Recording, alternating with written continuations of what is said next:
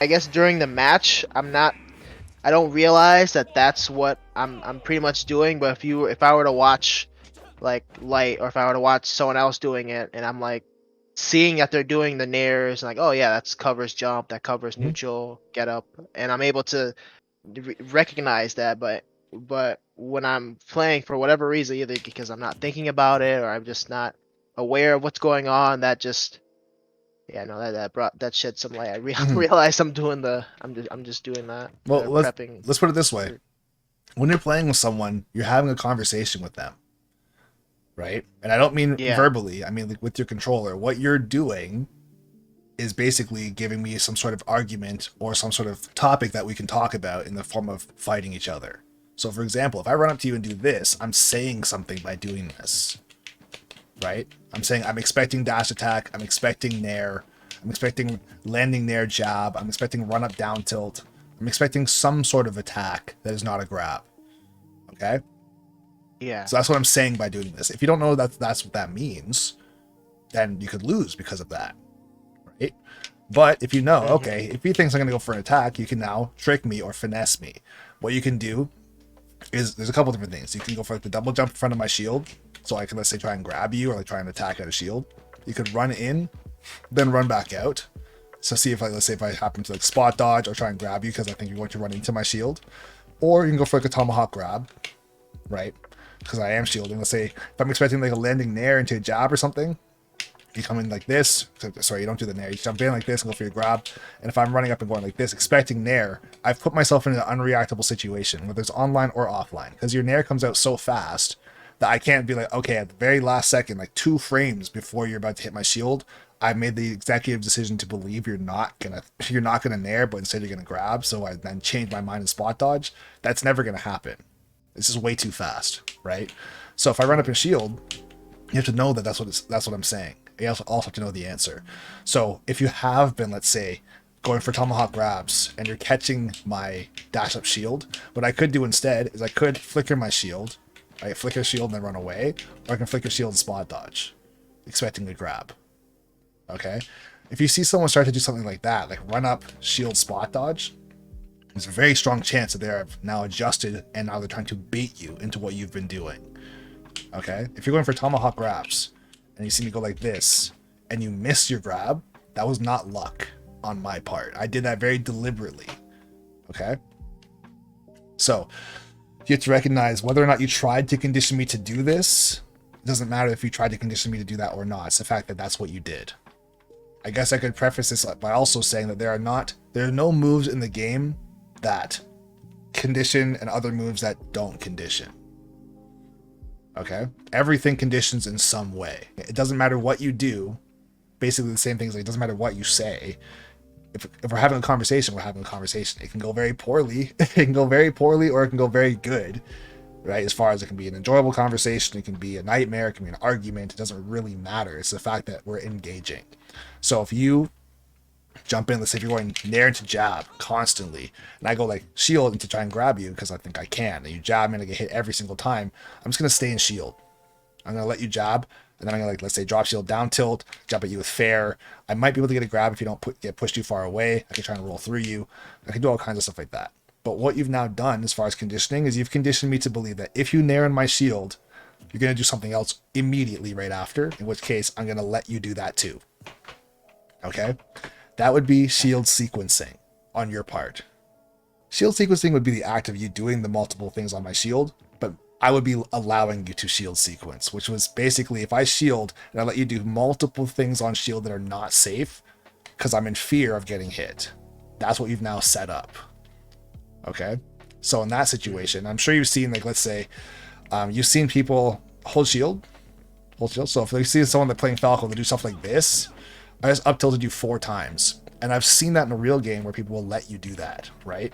It's like, okay, so I'll Hmm. I'll up tilt 4 times, and then you just like roll away or something, or I just like jump away. It's like, okay, so what I've now recognized, or what I should have recognized, is that you've allowed me to shield sequence on you. So I could have, instead of going for up tilt 4 times, I could have gone up tilt, grab, or 2 up tilts grab, or 1 up tilt grab. Because it doesn't matter. It's the fact that I've done 4 of literally anything at all, and you let me do that, right? Mhm. A less experienced player would think that, let's say, I should just continue to up tilt and eventually it'll work. The answer is not 5, 6, 7, 8 up tilts. The answer is one up tilt into the counterplay, the proper counterplay. That's how we have the discussion, right? Or that's like how you make a, I don't know, a comeback, basically. So the TLDR and all of that basically is, doesn't matter what you do, it's influencing me to do something about it. Okay?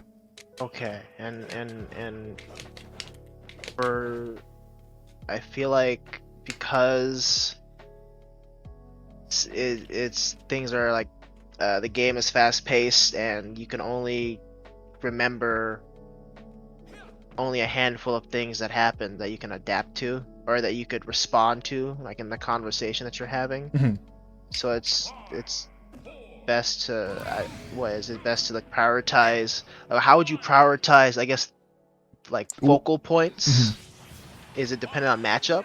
Like is that Partly. It's partly on okay? matchup, but it's dependent on your character and you as a player to say what do you like to punish? What are you capable of remembering during a game, and what can allow you to flourish in your game plan? So let's say, for example, whether or not you're super good at ledge trapping or juggling. Let's just say, for example, let's say you're absolute trash at ledge trapping, but you're godlike at getting juggles.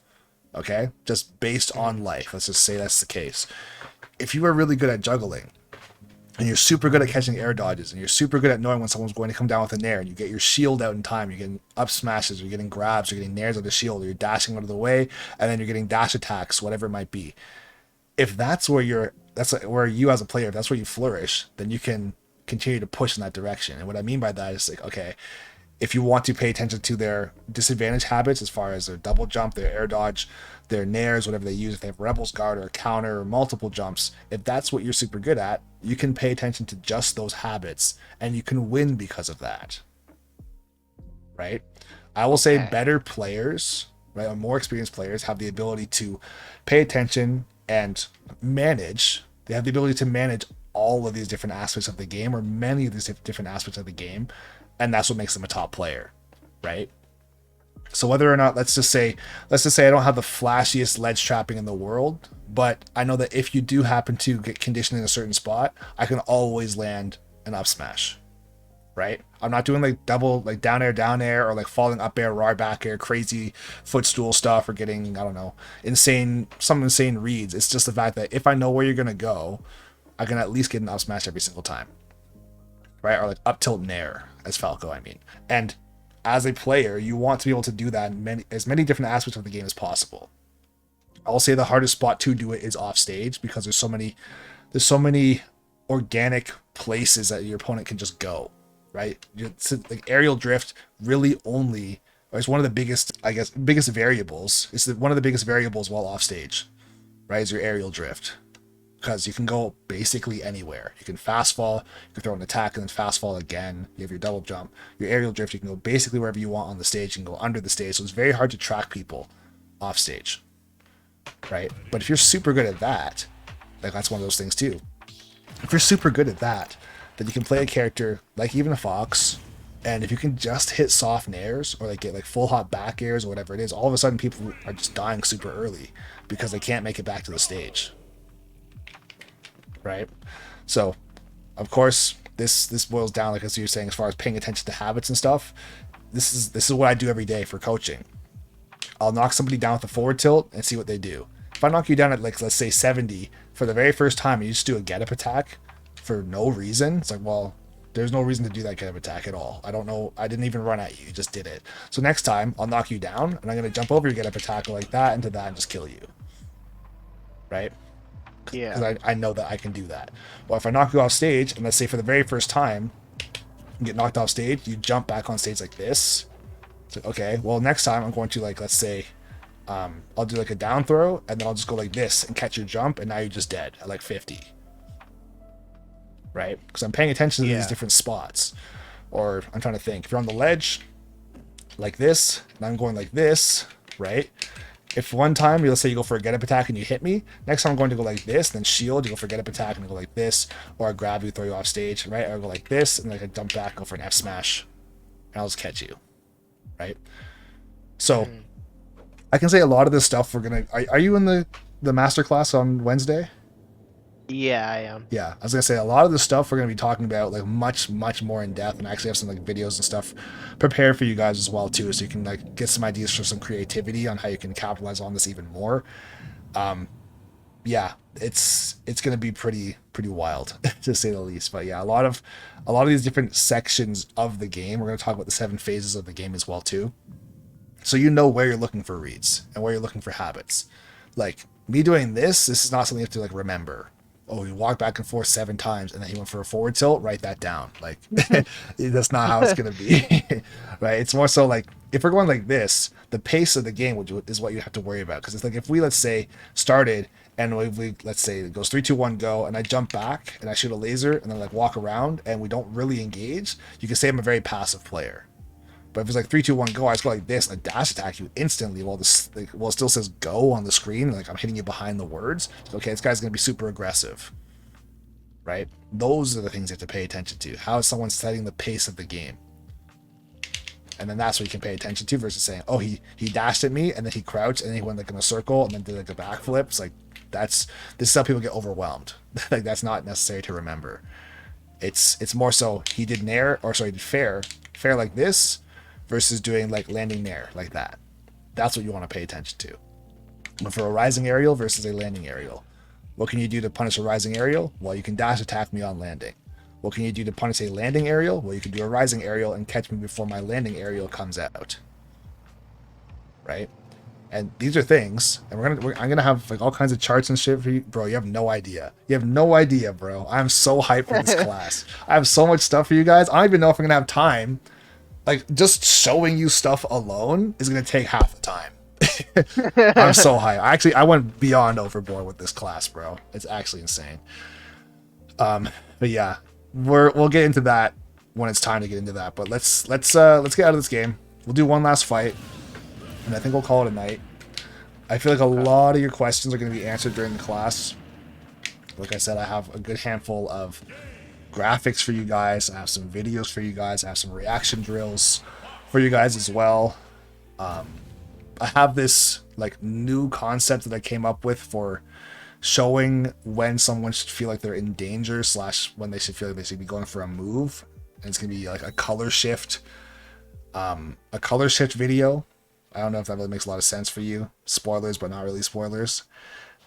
You'll have to see it when it happens, but it's basically going to give you guys an inside the mind of what a player should be thinking when they are in neutral or when they're about to be hit or when they have been hit or when they can actually, let's say, make a move because their opponent's made a mistake, so it is safe for them to like not shield and they can approach and make contact with their opponent and actually do it successfully. Like it's gonna be absolutely wild.